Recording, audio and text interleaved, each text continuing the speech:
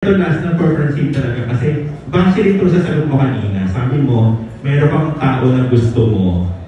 Di ba? Nung sa sagot mo kanina, doon sa future, ganyan-ganyan. So, diretsuhan din. Si Seth din ba yun? Yung tao na gusto mo? Yes. Pwede na ulit mag-holding hands, ah. Kasi yung tanong mo po. Oo nga. Ginawa ko lang naman yun sa mga sagot niyo, ha? In fairness, yung tanong ko. Galing din sa inyo yun. Thank you for the answer. Salamat, salamat. Wala po akong konkreto na manliligaw na ako next year eh. Parang hindi po ligaw. Wala pa po sa isip ko na ligaw. Pero siguro paraan ko to pre-ligaw. Parang ganun siya. Parang mas ligaw sa magulang kaysa ligaw kay Francine. At pag tumating yung ligaw, talagang manliligaw ako, mapapadali na lang yung trabaho ko, di ba? Baka mamaya, pwede ba manligaw? Ang sagot, oo na agad. Wow! Alam mo yun na, yung nag-i-invest muna ako, kumbaga yung matinding support sa likod ko is yung magulang ni Francine. Di ba? Mismong, ang sarap kaya sa pakinggan bilang lalaki ng magulang ng babae, sasabihin na, asan si Seth? Hindi mo kasama si Seth. Oh, pumunta kayo dito ni Seth. Di ba? Na hinahanap yung presensya mo.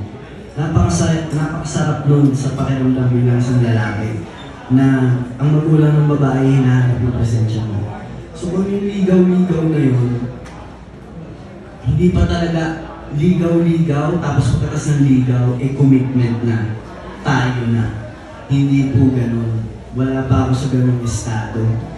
Parang, hindi pa buo. Hindi pa buo yung para sa tingin ko, may kulang pa sa akin bago ako humarap kay Francine at sabihin na ganun.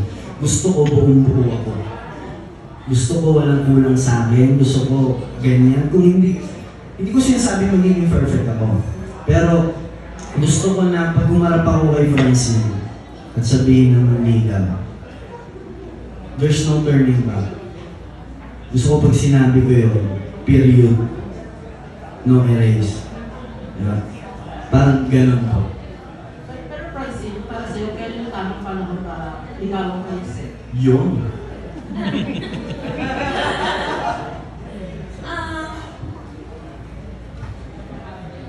Okay, una sa lahat, bakit nanliligaw?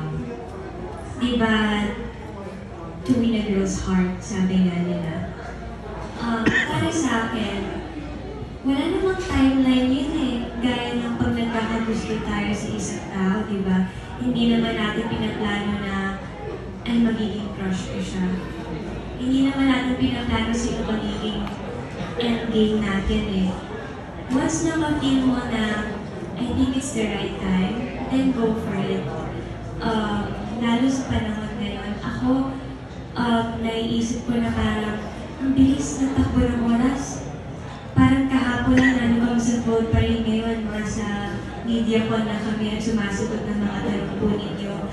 Kaya para sa akin, parang sa loob ng kahit na isang minuto, ang daming pwedeng mangyari agad.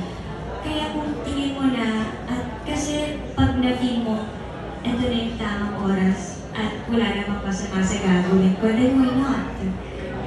Go for it. There's no timeline naman na pagdating sa love eh. Pag naramdaman mo, ayun na yun. And there's no turning back.